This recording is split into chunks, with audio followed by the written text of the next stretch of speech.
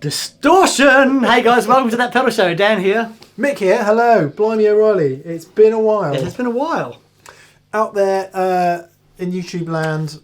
Seamless. It will have been a seamless transition of shows, but the truth is, Dan went to Australia just before Christmas. And the last time we filmed was early December, and it is now January the 17th. Has it been that long? Yep. Wow. Yep. Okay. So it's been 6 weeks pretty much since we filmed. This has been away for a refret, and I'm so happy. I can play my guitar again. Yeah, we can reflect on that perhaps during the video, or maybe what we should do is update your telly video. Do a new one. Yeah, great idea. Great idea. My dear friend Jonny Kincaid in Bristol, who asked me not to mention him. So Jonny Kincaid in Bristol. Did he? No. He said, I'm busy enough. He said, I'm really busy. I said, yeah, because you're awesome. But he makes the most amazing acoustic guitars. Johnny Honk. Yeah, definitely. Because Johnny's a really lovely guy. He's a lovely guy and is a complete legend. Yeah. But he has transformed this guitar. Back to life. Back to life. Yeah. And actually, seeing as we started on a tangent, we may as well remain there. Johnny said to you that the frets being so bad on that guitar was sucking tone out of it. It was like, he said, it was like having some sort of fuzz unit on the whole time, because it was the strings weren't vibrating properly. Yeah. And was creating stuff. He said, but picked up the guitar and just went, and he said, what are you going to do with all that sustain? It's amazing. 6100s? 6100s. So Dunlop 6100 fret wire. Yep. Which, before it went in, I was a bit worried it was going to be too big and he wouldn't like it, but you do like it. I like it big. To wit, distortion. So, Daniel, right, distortion. We talk about overdrive all the time. We do. And we talk about fuzz a lot more recently. Why are overdrive, fuzz and distortion different or the same? I think, historically speaking, when the OD1 predated the DS1 by a year, right? The OD1 came out in 1977. The DS1 came out in 1978. And back then, as soon as they came out, they were massive. And people, the waveforms produced, because fuzz was already huge by then, yep. Right? And then the waveforms produced by the DS1 and the OD1 were obviously very different. Yeah, for anyone who doesn't know, fuzz came along basically a decade before, in the mid-60s. That's right. First commercially available fuzz pedal. Yeah. And so then people started to think, okay, well, the OD1, the original Boss Overdrive, was sort of a soft clipping. So they described that as the sound of an amplifier, the natural clipping of an amplifier. If you get the Boss Effects book, I don't know if it's still available. Certainly, in all my time on guitar magazines, there was a great Boss Effects book, and next to every Boss Overdrive and Distortion and Fuzz pedal, there was a picture of the waveform. Right. So exactly what Dan's describing: an overdrive pedal, a smooth, relatively smoothed, sometimes with clipped edges.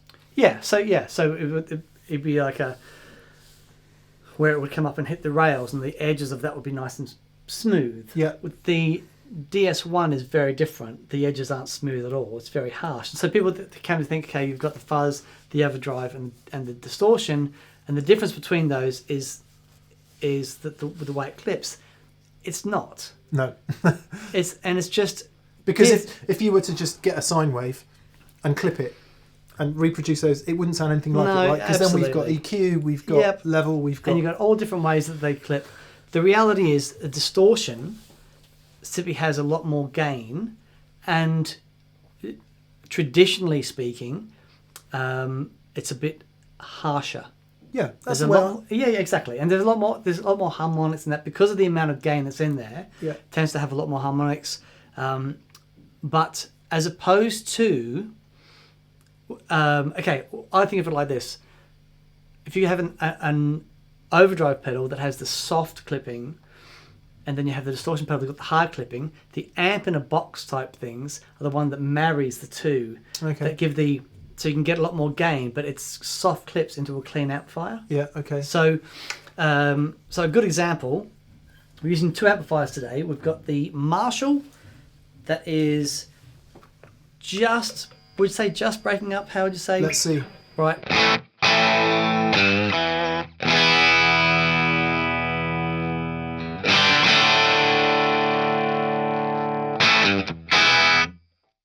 So it's not cooking.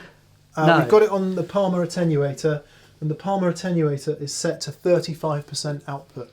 So it's attenuated down just over half, I guess. It's still loud. It's still loud, but it's enabling the overdrive, the amp to overdrive a bit. We just had it on the 25% setting, and to be honest, that was robbing a bit too much bass, and the amp was compressing too much. So we felt this was a good middle ground. Yep. The point being, it's overdriving a bit, and what a distortion pedal does to an overdriving amp is different to what it does to a clean amp, which is the Victory V40 Deluxe. Sounds like this.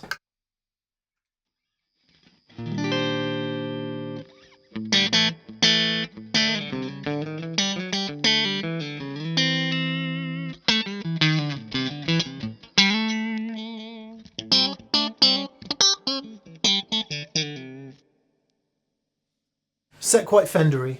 Yes. And we may add some... Let's do that now, because I think we need to set it up to sound okay with the DS1. The whole idea for this show came when I was in Australia and I was at Pedal Empire with Matt, and he had that sat in the window, right? So that DS1's from April 1980. No way. Yep. Silver screw. You'll hear the silver screw thing mentioned, so that's the battery screw at the front. So, and he had it sat there, and massive hi to Matt and to everyone that came out at Pedal Empire. We had the best day. It was brilliant. Anyway, I did a little video with that pedal, and I loved it. It was great. My dear friend Dave Gregory, who plays in Tin Spirits with me, has a really old DS1 on his board, and it always sounds fantastic. And I've been looking for an old one. It was there, and I grabbed it. Hurrah! But then I thought, okay, that came out in 1978. How far have we come? Yeah, what is distortion now? Yeah, exactly. So, the most common sound that you guys will recognise the DS1 with is with a Marshall that's been pushed a bit, yeah. Right? So, if we go back to the Marshall, it's this.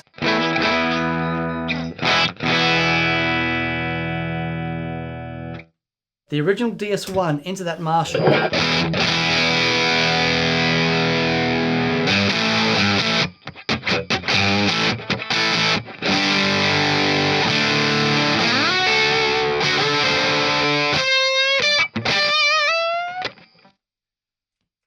Let's just spend a few minutes there, shall we? So we're going to run through the holy quad of classic electric guitars. Great. Yep. At this point. All right. So that was the telly. That was the telly. You can guess what's coming next.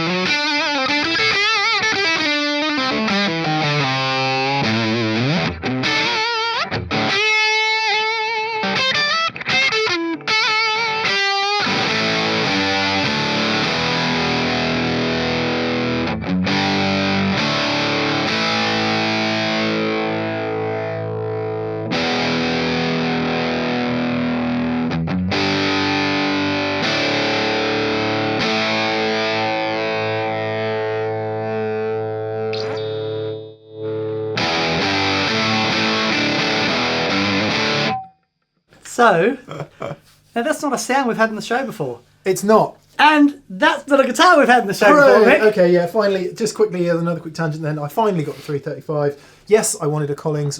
Didn't buy Collings because I wanted a full-size Gibson's body, you know, classic 335 as we could possibly get, because, you know, it's a guitar for the show. And as I mentioned earlier, we wanted the quad of classic guitars to refer to. So yeah, a bit of a difficult decision because I really wanted a Collings. Collings probably the better guitar, but this is the classic thing, and is the reference. Sounds spectacular. It does sound spectacular. It feels spectacular. It looks spectacular. It does look a bit gold in some lights because it's very dark blonde, right, which I rather like. That's plain 58 unbound neck, which is again how I like it. The first it's huge. First few 335s that came out in 58 had no neck binding, and this is a, you know, oh wow, as faithful as possible recreation of that right seminal guitar, which was Ted McCarthy's most proud moment, apparently. Wow, okay. President of Gibson between 1940 something and 1960 something. He told you that personally, though, didn't he? No, he told a friend of mine that personally. Okay, yeah. Right. And it wasn't a feat of magic design in terms of, oh my god, I've got this great idea for a guitar that marries an acoustic guitar properties with an electric guitar. It was jazzers coming to him saying, "These solid guitars suck, and I can't play them." Okay. Basically, is the These short ones? story. Yeah, All right. that one in particular. Yeah. Because ever since that came out in 1952, nobody liked it. They didn't like it all the way up till 1960 when they discontinued it. How weird is that? Anyway, sorry, massive tangent. Okay. So yeah, we now have the holy quad of guitars Wonderful. as our reference pieces. Finally. Okay. Right, DS1. So Sorry, that back was to the DS1. so that was a 1980 DS1 into a Marshall that's on the edge. Now, if we reverse that and we go into the Fender, so this is let's switch between the two. Yeah. So this is the Fender on its own. It's a Victory. Oh, sorry, the Victory set up Fenderish, shall we say?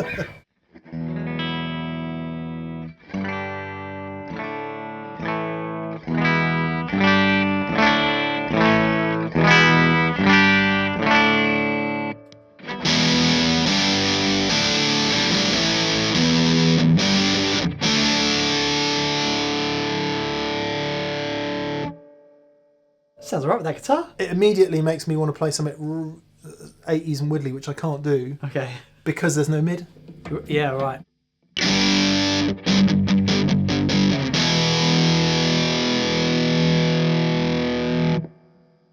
Just going to turn the reverb down a bit. It sounds a bit incongruous with all that.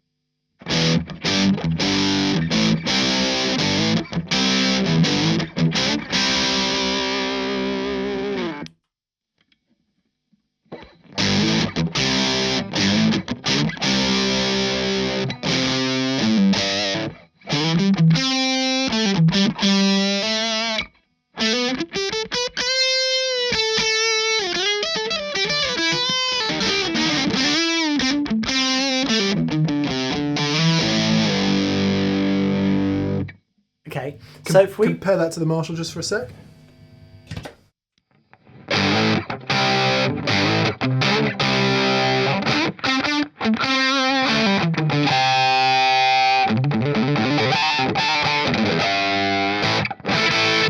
Oh man! So I'm going to make a quick change to the Victory, which actually will put it slightly more in Hot Rod Deluxe territory in terms of the way the mids are okay. focused. Yeah. There's two switches on the front of the Victory V40 Deluxe. One is a mid kick and one is a shape. And if Dan just plays for a sec.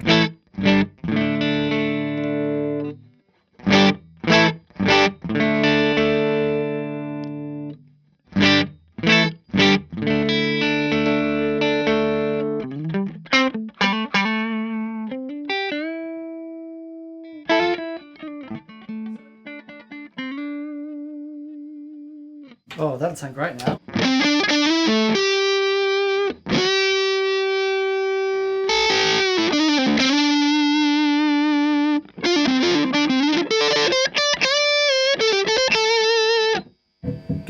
Give us a bit of bridge humbucker.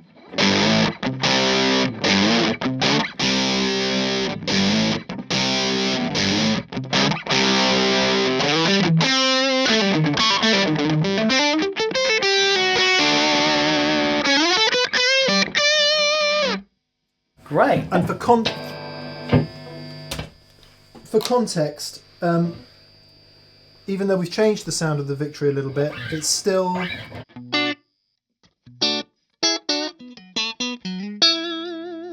And comparing that to the Marshall.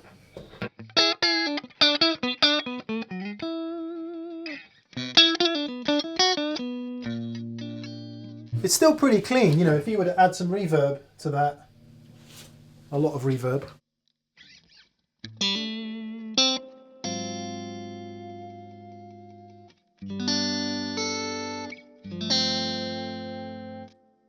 There's still headroom. Yeah, kind of a laboured point of saying, even though we've changed the Victory, because if you don't have those mids in the amp, it just ends up sounding like fizzy and fizzy pointless. 80s shred, which is, you know, is a great sound which a lot of people love. Me and he not so much, so we'll just move on from there. Although I did go and visit Danish Pete the other day at Anderton's, Right. and he has a Charvel Pro Mod green one Right. with a humbucker and a Floyd. Single humbucker. Yeah, and I was looking at it going, But interestingly, you know, those guitars would put back a huge amount of that cutting mid-range with a powerful humbucker. So whichever way you get there. So I had a Kramer. My first guitar that I bought myself was a Kramer with a Floyd Rose. Snap. But a single humbucker. That's unbelievable. What colour was it?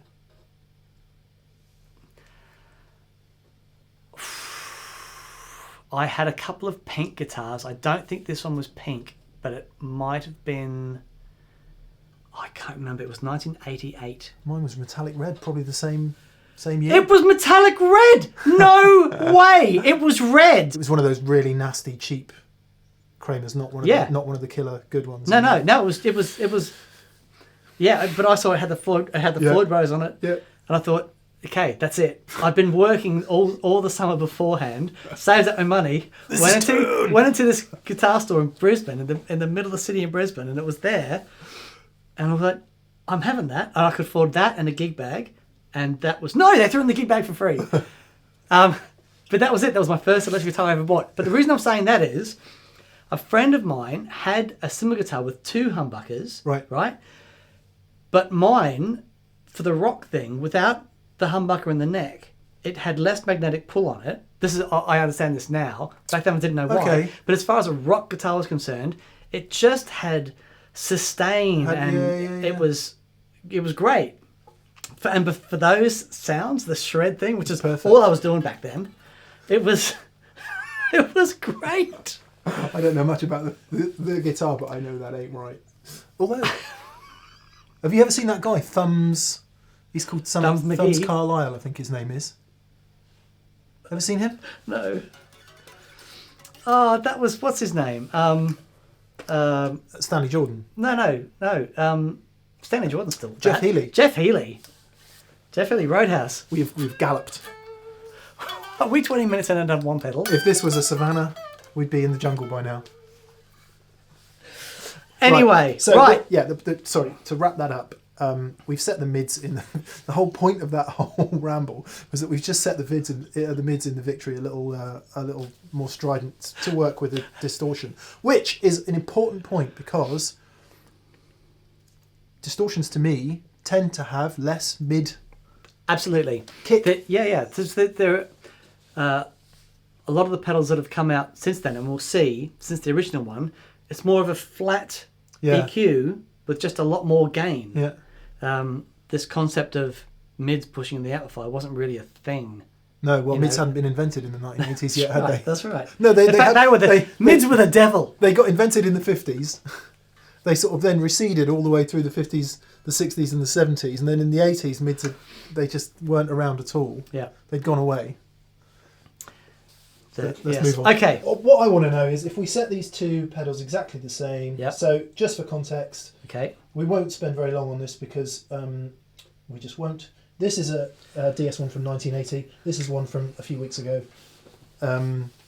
Boss's latest cost-effective, mass-produced DS1. So let's set the knobs exactly the same and compare them side by side and see what we think, because, you know, you should do that. Okay, so both amps? No, let's stick with the Marshall. Stick with the Marshall? I think, as soon as we like it. So, original DS1. Oh.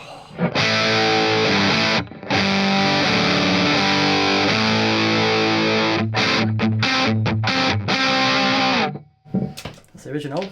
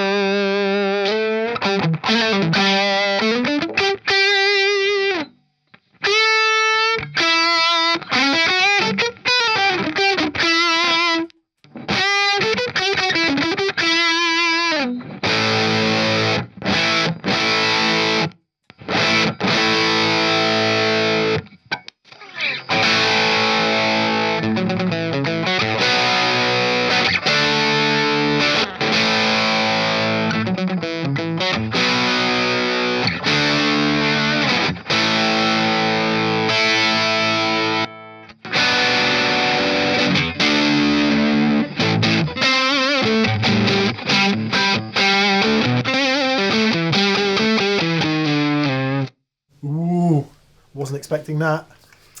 Not a great deal in it. Wasn't expecting that at all.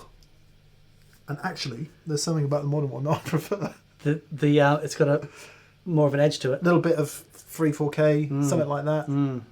It's not definitely not as sweet as the original one. The original one is sweet and chewy, and insert adjectives here.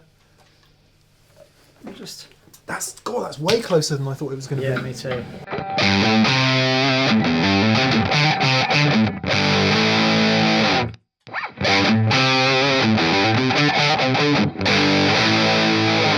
Very interesting. Let me just so if we're up sort of more towards the dusty end.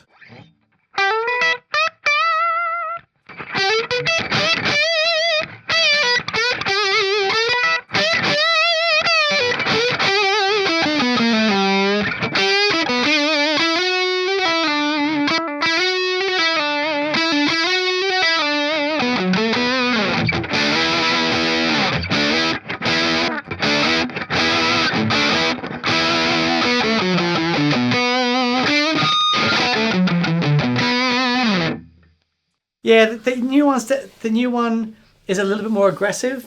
Yeah. And it doesn't have as much bottom end.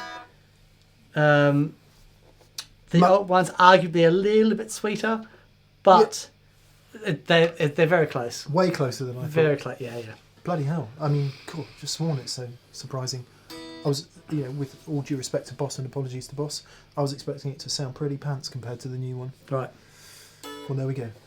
There you go. There we go. Just because when you look inside and see the difference, how they are, yeah. I don't know if that one's one of the new tiny weeny circuit board ones. Okay. But that shouldn't, there's no reason that should make a difference. But all right. So last year was the 40th anniversary of the compact series, and they did make these to say 40th anniversary, yay! Yeah, you had other comments going, oh, can't we hear that one? But if that one sounds like that one, and that one is a faithful reproduction of this one, is it? Yeah. Then, or near as damn it, then they're not going to sound a million miles out, are they? Silver screw. And it's black. It's black. Right, so there we go. Okay, so that is the sound of a DS1. And a glorious thing it is too. It's a glorious thing. Yeah. And it's not a sound that we use on the show. Not a sound that I ever use. So, it's a classic thing, especially under the Marshall. Let's... So yeah, some other distortion pedals that are specifically distortions rather than overdrives. Exactly. Let's pick up the pace a little bit, shall we? Sounds good. And for everyone moaning at me for asking us to go a bit faster, just so that we try and... Simon's laughing his head off because he's got to edit this.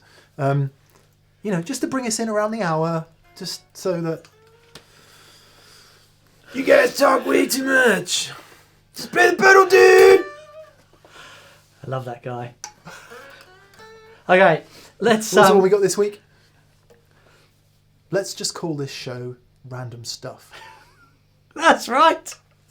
sort of silently in brackets, because it's not about pedals anymore. Yes.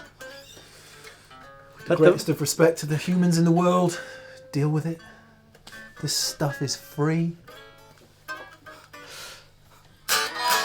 Sorry, I'm riffing over your high Q. And we're both living out our midlife crises, so just Okay. cut us some slack. We haven't even been drinking. I haven't had a drink in January, can you believe that? Really? At all. Oh, well done. Actually, that's a bit of a lie. I did have half a glass of wine, but... Yeah, I haven't had a beer Yeah. I'm drinking a lot of whiskey and a lot of wine. I haven't had a beer in a long time. Okay. This is the Distortion from ZVEX. Distortron. Distortion. Oh, see, I can't even read. I haven't been drinking. So just, what's the background on this? Okay. Do you know anything, just briefly? They've done a bunch of pedals in that. So they did the Mastodon. No. Yeah, Mastotron, is it maybe? Yeah. Presumably something to do with Yeah. him. And Or them, should I say. ZVEX do a whole bunch of, gain pedals.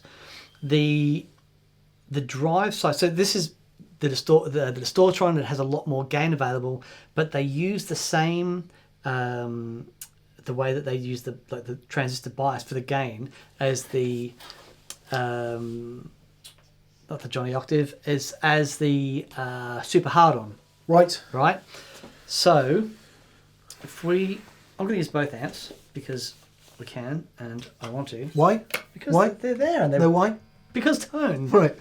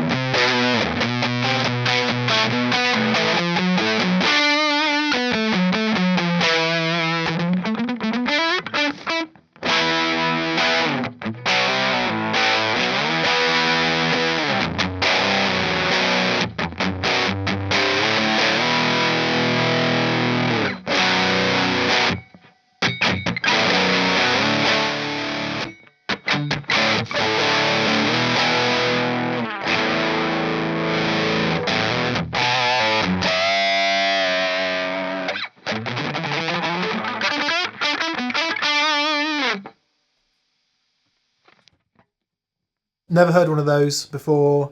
Totally ace. Three-way control of your bass. Mm-hmm. It's always a problem with gain sounds is getting them to sit with the rest of the band and not be too fluffy. So, especially with a high output guitar. I was doing some stuff with Rabir this week. Rabir Masad. And he plays very modern guitars with very modern pickups, and the bass is a problem. Mm-hmm. It's a huge problem, which is why he has the bass cut feature on his amps. Because you think in high gain and metal and progressive music, you need loads of bass. You don't. You need clarity, and you need cut, and you need punch. Yes. I'm going quickly because we need to get to the point. And the point is having that attenuation on the bottom end so you get more resonance. Yep. So if you're using a tiny little amp, you could add in resonance. If you're using a 412, you could take some of it out. Yep. I blooming love that. It sounds great, doesn't it? High and low gain modes. Didn't have as much gain as I thought it might, knowing the rest of the ZVEX range, which for me is a massive bonus. Having not as much gain. Yep. Absolutely. I agree 100%. Because that sounds like a brilliant distortion pedal. Yeah, it does. It sounds magic. And also you see the difference in that with the mid-range. So going from the original DS1.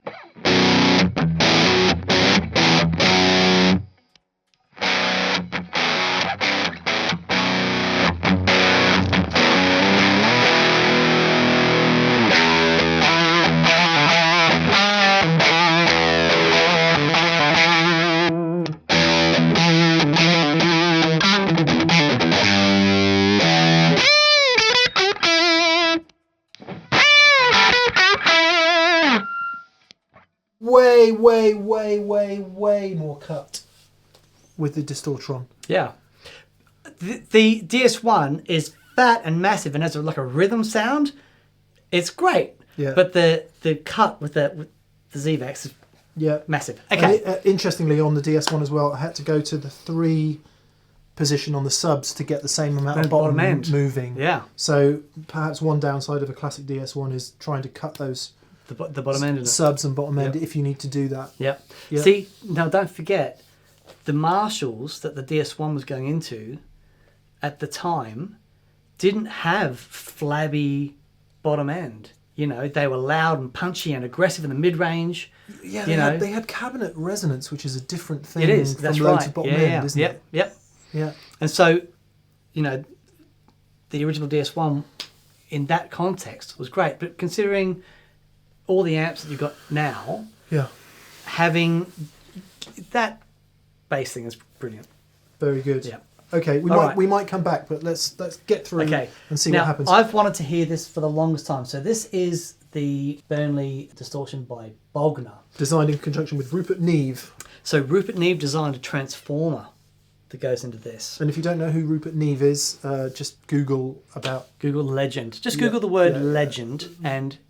Awesome recording stuff, history, extremely important in the sound recording world. Is Rupert Neve. Yep. And we get asked all the time, why don't you have any Bognor gear on? So this is the first Bognor product we've had. And I wanted to hear this for the longest time because lots of people tell me how good it sounds. So this is the first time I've heard it.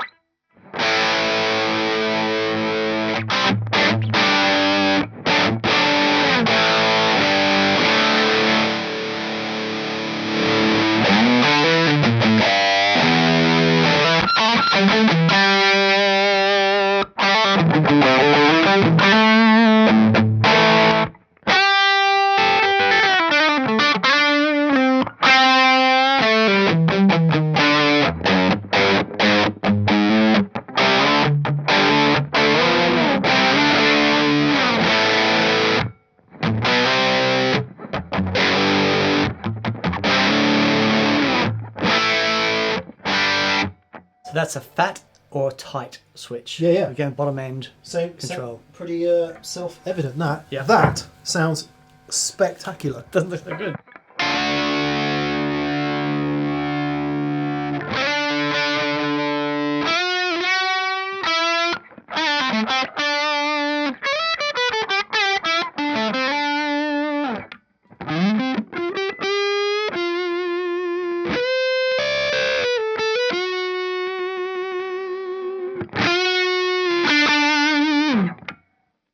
Awesome.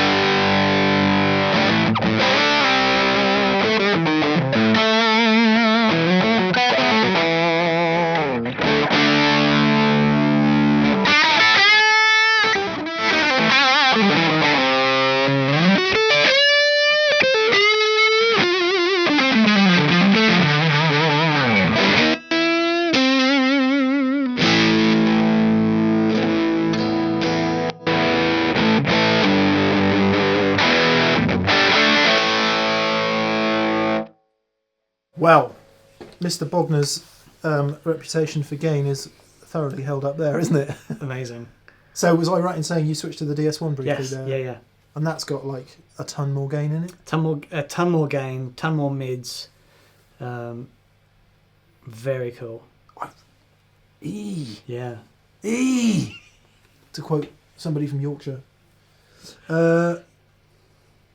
Cool. I hope this isn't going to be one of those videos where we're like, everything's brilliant. Right, moving on. Warthog from Thorpy. Now, for me, this is Thorpy's unsung hero.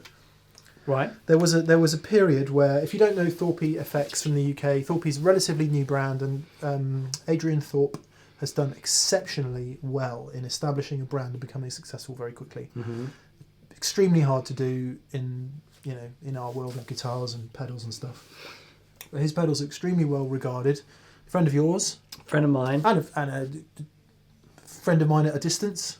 Yeah. Met a few times and talk on email and stuff. Yeah, so I've known Thorpy since the early days of it's about 2005, I think we first met. Yeah.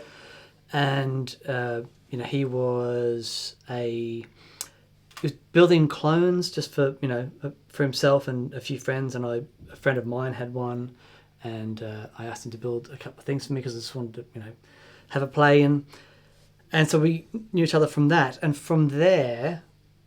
He's been discussing this idea with me for a long time, and then it was a couple of years ago. He said, "I'm doing it. It's awesome." And then the gunshot came out, and then then there was the Mushroom Cloud, which got Mushroom renamed. Cloud. Ah, man, Fallout Cloud. That's right. And he does a range of really cool stuff. Anyway, this for me, when I heard it first, felt like a bit of an unsung hero because it sits in that place that we're talking about in this video. It's not really fuzz, it's not really overdrive, it's distortion, but it's kind of, from what I remember, I'm not going to say anymore, we're just going to listen to it. Number 4, number 5. Number 5.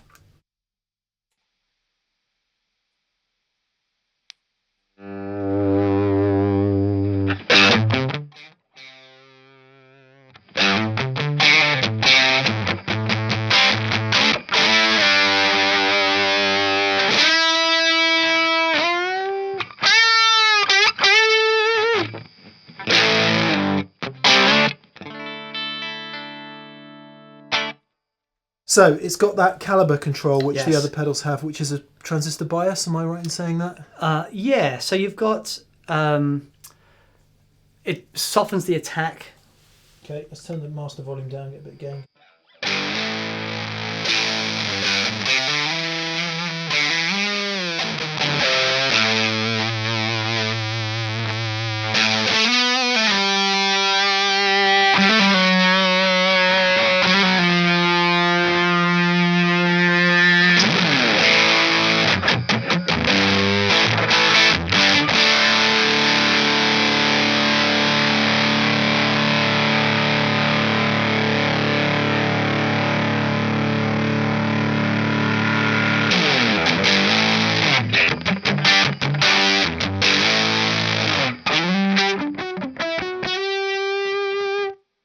I'm going, that's so bright and the tone is rolled all the way down. It's a tone cut. Yeah. As you were.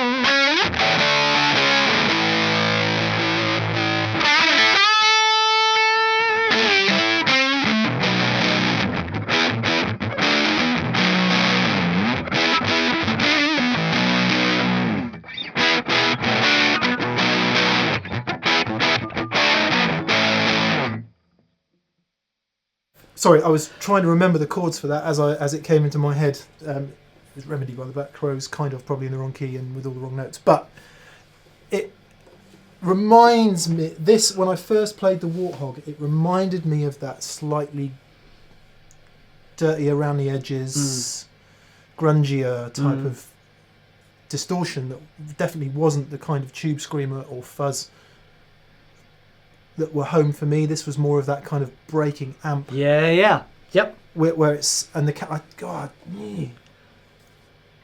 very different from the Burnley. Isn't it? Yeah. Because the Burnley is very smooth. So have a listen to the Burnley again. Yeah, let's try it on this for a sec.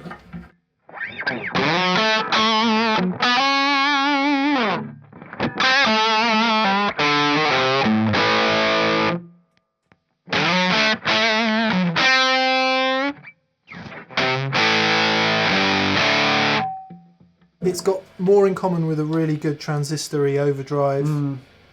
I love the dirtiness of it. It's exactly, yeah. It's just fluffy around the edges.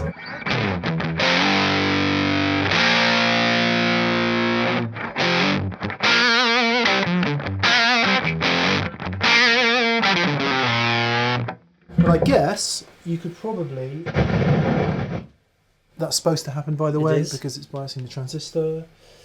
You could probably, I don't know, but, you know, just get like a much lighter...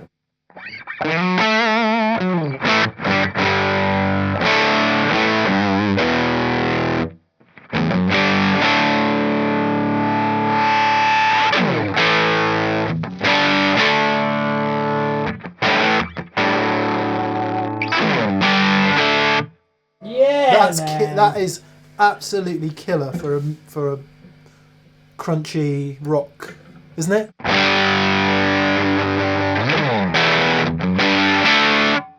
Yeah, it's incredible. And the way it stays, the way you've got that kind of bit of sizzle up top there, for me marks it out as different from an overdrive pedal. Because overdrive pedals don't do that. They don't have that sizzle. Yeah, it's very good. It's very good. I like that. I love the sort of messiness. Yeah. Right. Finally. We've done many shows on Marshall Bluesbreaker style things. Meet King of Tone, meet Andy Timmons, JHS, Angry Charlie. And usually it's like, why haven't you featured the MI Audio Crunchbox? Because we didn't get one, couldn't get it together to get one. All of the above. The guys at MIFX in Australia. See, I never knew that. Didn't you? I just immediately assumed they were American. Okay. Well, sorry. They've been very busy, and they got in contact and said, "Hey, sorry, we've been really busy. Here we go," and they sent us one. Well, we could have just bought one. We could have just. Well, no, but they've been. Every time I tried to buy one, they haven't been available. Yeah, exactly. The shipping would have taken a week, and we're filming in 2 days, so it's it's not their fault, is what I'm saying. Yeah. So they very kindly set one out for us. This is the new one. This is the Super Crunch box. Right. What's the difference? So this one has an active EQ. Okay. And so this is the next step for me. So we've gone from the original DS1, the Distortron, that has the bias thing. The bias thing is also in the Warthog, but you've got the two different gain controls.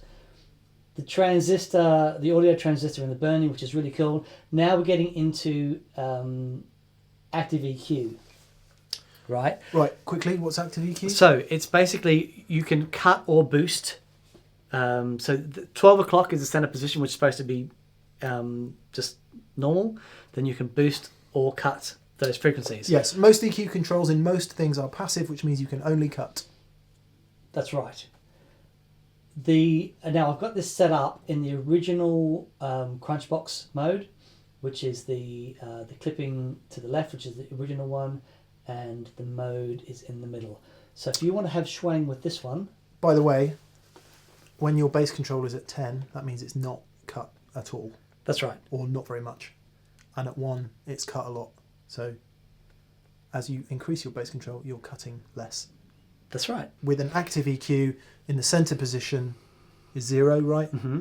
And when you go to the left, obviously I'm struggling with spatial awareness now because the camera's... But some amplifiers do have active EQs. I was having my hair cut the other day and I said, "Oh, you're left-handed."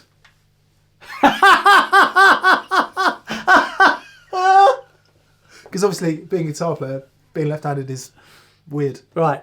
But you're looking in the mirror. Yeah, unless you're Doyle Bramwell or Jimi Hendrix or, But I've just offended every left-handed guitar player. It's weird if you're right-handed. Yeah, it was in the mirror. The mirror.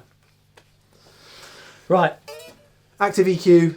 0 is... The middle is the centre point. You go one way, you cut EQ, and you go the other way and you boost EQ. Yeah. Anything that's got like a Baxendale EQ circuit. Anything. But anyway. It was hard work. So here we go. This is the amps.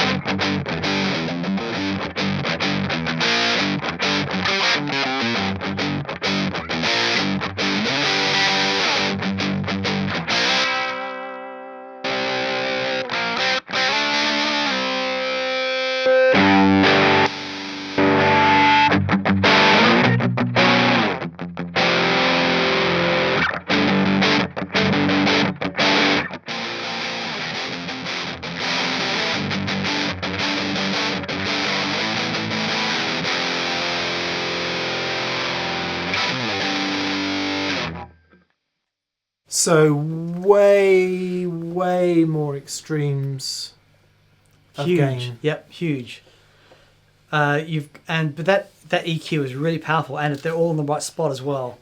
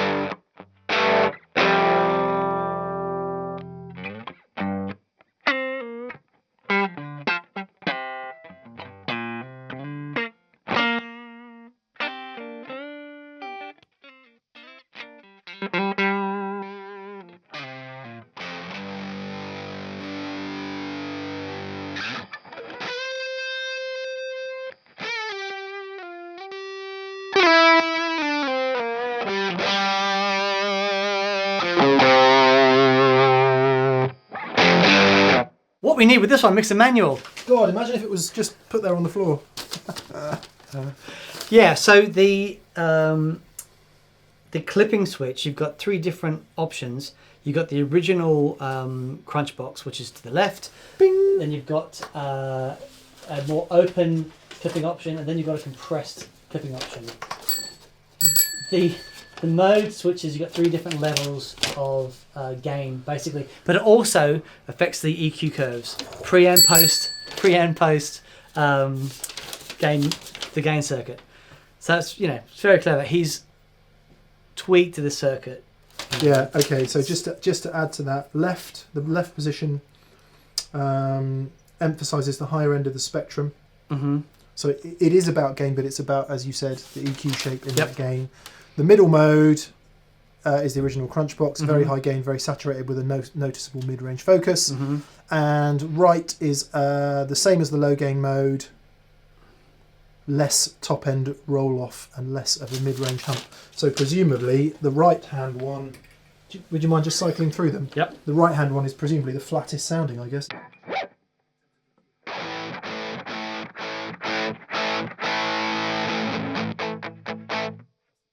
Yep. So that is mode. That's the mode, yep.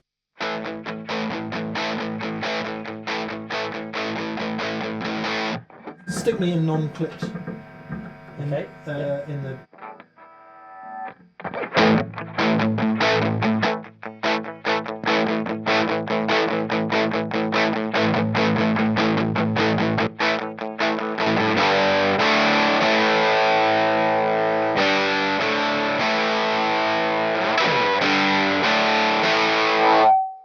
Basically, with the 3 clip modes, the 3 clip options, the 3 modes, and active EQ, that is... It's very powerful. Any sound. Yeah, yep, it's all there. Literally any sound. Yep. Yeah, it works differently for some people, doesn't it, that? Because Simon and I were having this discussion in the car this morning about various pedals that are just paralysing because there are so many options on them. Yeah. On the one hand, really useful if you don't want to have millions of pedals and you want one pedal that will do everything. Mm. On the other hand, I struggle with it personally because I'm constantly going, should I use that mode or that mode or? It's the a good example of that is like I love the Chase Pistol Days. I'm a tweaker. Yeah. But a lot of people see that and go, yeah, I'm just about that. Get that, and it's like, oh no, what's going on there? Because the dip switch options at the back, which in actual fact they coincide with the tone, which swaps as a RAM control, or you can assign any knob to an expression pedal. It actually works great, and it's not that difficult. But you see that many things, and a lot of guys just go, oh no, bang, I'm out of there. Well, because most of us just want to know what sounds best. Exactly. Which is a ridiculous. The concept of what sounds best is ridiculous because there is no best. But I was saying to Simon, I want more pedals like my mini vent too. No knobs. No knobs. I can just get a hacksaw and take them. We'll get them into the position you like and just.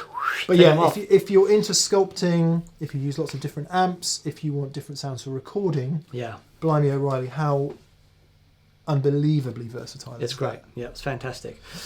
All right, Riot. Moving on. A few people have asked us for the Riot. They have.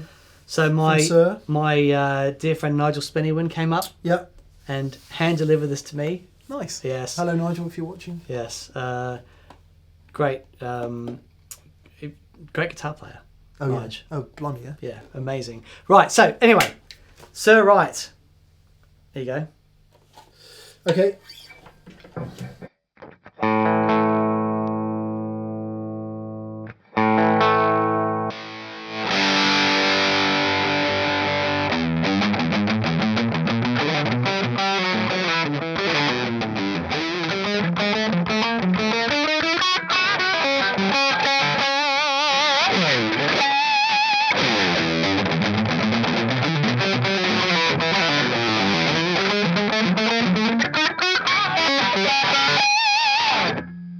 Mick, pitched harmonics and a 335.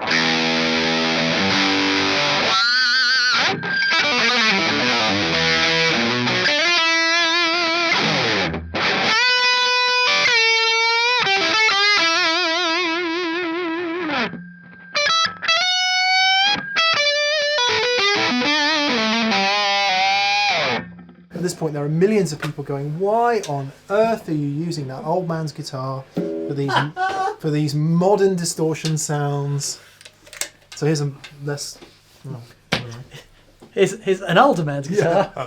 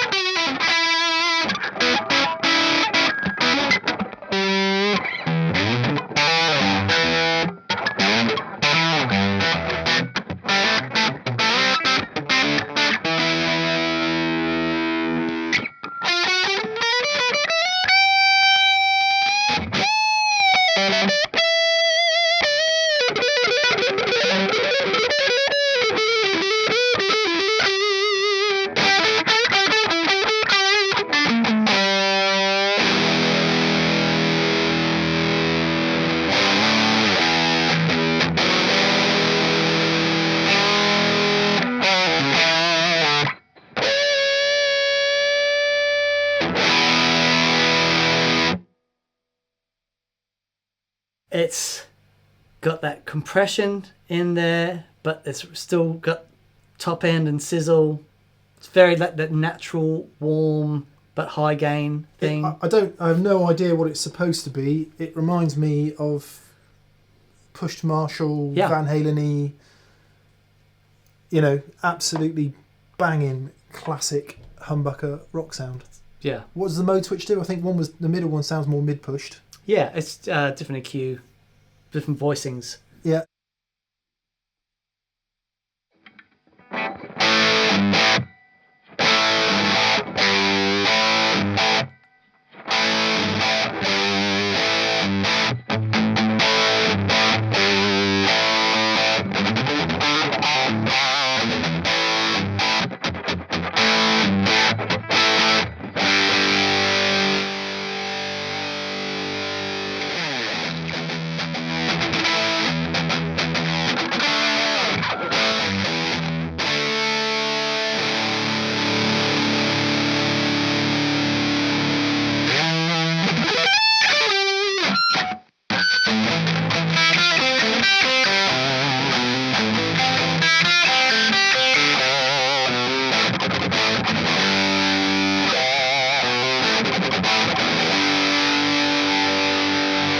Apologies to every Van Halen fan on the planet.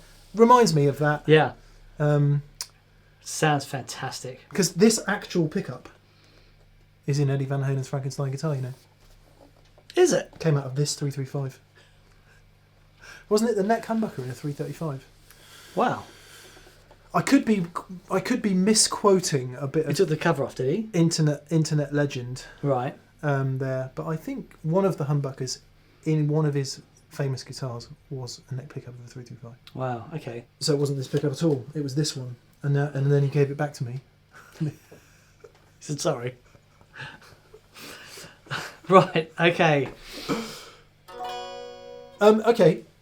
So and that's a classic high gain pedal. The Riot. Now, Oh, blimey. So this is. They've had a couple of different issues. That they got the Riot Reloaded, and there's the new dual one as well. Right. That's the original, and for me, it's just spot on. It's that sound, isn't it? It's that sound. It is that sound. Yep. Very much. I personally like the mid Yes. voice. I do too. A little bit more. I generally always tend to go for that position that doesn't have any of the diehards in. Yeah. You know, they're sort of open. But that's because we tend to It's the amps that we use. like an That's overdrivey yeah, sound yeah, of rather course. than a distortion-y sound. That, But- true. And we don't play modern guitars. We sort of breaks my heart a bit, but we should get Something you can go. a Floyd-y, because they are very different. They are. sound different. Did you used to do that with your Floyd Bros? for Sit up about, like that and go. for about 5 minutes until I realised I was just rubbish at it. Okay. I never realised I was rubbish at it. Oh, That was I my did, issue. almost instantly. Yeah, see. It's like, there are people who do this really well, and I'm not one of them. So, Okay. just for the record, if it seems we're making light of that style of music and that style of playing, not a minute of it. I have the most Oh, dude. respect for that style of guitar playing and anyone who can do it well. Edom and it's Smile a is still one of my favourite phenomenal- albums of all time. Yeah. So if we're You know. laughing and it seems like we're making fun of it, we're not. We just can't do it. Yeah. And humour is a coping mechanism. Exactly. Right, so finally, this is the Keeley, this is the DS-9. I saw this when it came out and I thought, that's interesting because it's green and it says DS on it. Yes, it also has, it's got the SD on one side and DS on the other side. So if you swang with this one,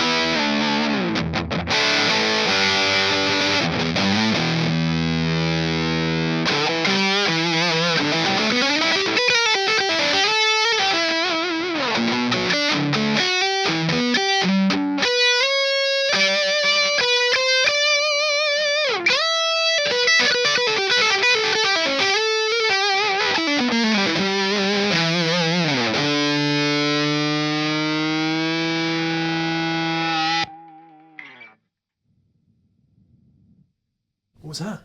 very interesting. So you need to put the bass boost knob either all the way to the left Yep. to control the amount of distortion for the SD side, or Yep. the bass boost knob all the way to the right that controls the amount of distortion for the distortion side. Okay. It's all a bit, it's very tweaky. Should we get the manual? I'm gonna get the manual. What we need mix the manual for the DS9. Oh, imagine if I had it here on the floor. Okay, so you were saying distortion controls the amount of distortion or saturation from the pedal. Turn right for thicker, more saturated sounds. Easy Yes. as. The cutoff adjusts a high-pass bass filter in the SD mode. Start full left for classic SD, which is Right. what you were saying. Yep. Big bass. Turn it to the right will trim the lower end to tighten up the bass response. In the DS mode, start with this control full right for orange distortion, and turning it towards the left will introduce more bass. You're absolutely right. I apologise for doubting you. It's okay. I should have learned by now. It's because my brain couldn't No, understand. no, you're right for doubting me. Not because I couldn't. Not because I doubted you. Selects 2 modes: SD mode, sonic distortion of the famous 80s neon green pedal. The DS mode produces the distortion of the famous orange pedal of the 80s. Right. Let's see how close we can get it to the DS1 then. Okay. Okay, so here's the DS1. You're playing. Okay. I've embarrassed myself enough today.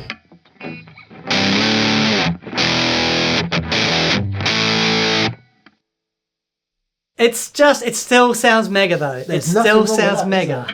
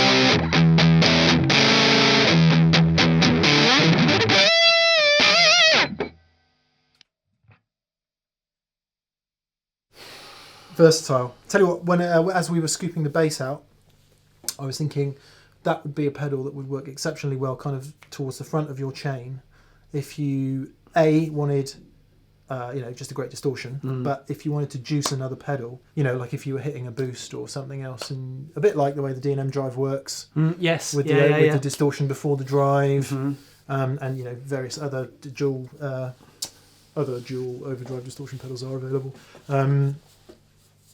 The way that works, because it seemed to have that very nice cutting sizzle. Yeah, it's great. It's fabulous. Go on, blimey. You've got to take one. Which one are you taking? Ah, man, really?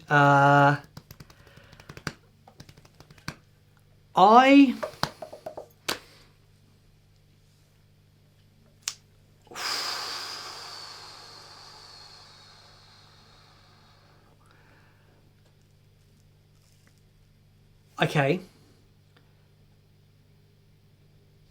I'm going to take the original. Yep. Right? Only because those high gain sounds that have the boosted mid-range and that sort of stuff, I already get by boosting like mid-range into other high gain overdrives. Yep.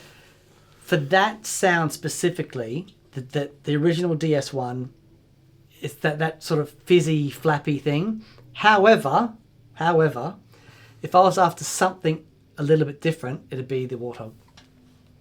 Yeah. I'm either Warthog or Burnley. Right, depending how I'm feeling. If I'm feeling Black Crowes, classic rock, dirty around the edges. See, I'm thinking, yeah, for bit the of swagger. Yeah, because for the amps that I use, I think the Warthog with that bit of a raspy thing that's got about will work. Because it's got an element of fuzz in it, hasn't it? Yeah, it does. Tiny bit. It does. If I'm thinking about, controlled, really articulate, Rock. awesome distortion. Now, I don't know whether it's my brain telling me that the transformer makes a difference in the headroom it will do. and the clarity and the dynamic range and all of that. But to me, that sounded very, very, there was a lot there under the fingers. Yeah. Which I find that the very much higher gain distortion focused pedals, for me personally, lose a bit. That's perhaps why I'm not a big fan of that world. Sure. But the Distortron as well. Oh yeah, I mean, I could, when I look at that pedal, I see a guy with a beard, and maybe this is just the Mastodon thing, but I see a guy with a beard, and I know that's not the Mastodon pedal, but I see a guy with a beard playing a Les Paul into a Marshall. Okay. There he is. That's what I see. Or actually, maybe a Les Paul into an orange is what I see. Oh, yeah, right. Because of that tight bottom end thing. Yeah. You get a lot of flab in the bottom end of an orange amp. It's that alternative. Anyway, we could talk about this for days. Anyway, that was fascinating. It really was. Yeah, I love that. It really was. I can see a distortion pedal ending up on my pedal board soon. God, it never ends. Brilliant. Well, guys, really hope you enjoyed that. Great to be back. Yeah. Thank you so much for just hanging out with us. If you feel so inclined, we have these wonderful new T-shirts available at our store. A lot of people think this means penis, which apparently in some dialects it might. It's fine. It's not supposed to mean penis. It means... It means that I'm a penis. I will demonstrate. This means have schwang. Have schwang. That's right. That's what it means. I should kill these shirts now. But with more volume. Massive thank you as well to the guys on Patreon, our patrons on Patreon. Thank you guys so much. Our preferred retailers in the UK is Anderton's Music of Guildford, Surrey, where I bought this, and if you're in time, there's another one pretty much identical hanging on the wall at the moment. Is there? I chose it from two, and I only chose this one, I think, for the colour. Right. Okay. I was there and caught up with Lee the other day. Superstar. Nice. Sorry, I should have mentioned that earlier about buying this guitar because okay. I did get a tiny discount. In Australia, it is Pedal Empire in Brisbane, Ayers Rock. No, sorry, Pedal Empire in Brisbane, Queensland. very good. And I was there in December, and it was awesome. So again, massive hello. Is that right? It's not called Ayers Rock anymore. It's called Uluru. Okay, so I apologise for calling it its old name. Have I forgotten? Oh, Joe and all the guys at Riff City Music. Yes. And their new store in New Hope, Minnesota. Please go see those guys as well. Cheers, guys. Thank you so much. Thanks for bearing with us. We'll see you next week. Goodbye. Bye.